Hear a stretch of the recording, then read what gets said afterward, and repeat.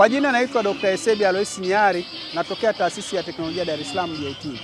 Taasisi ya Teknolojia Dar es Salaam tumewaletea teknolojia mbalimbali katika maonyesho haya ya Sabasaba ili wananchi waweze kujionea, lakini vile vile waweze kutambua kwamba chuo hichi ambacho ni cha serikali kinatoa vijana ambao ni mahiri kwenye engineering au kwenye uhandisi pamoja na teknolojia.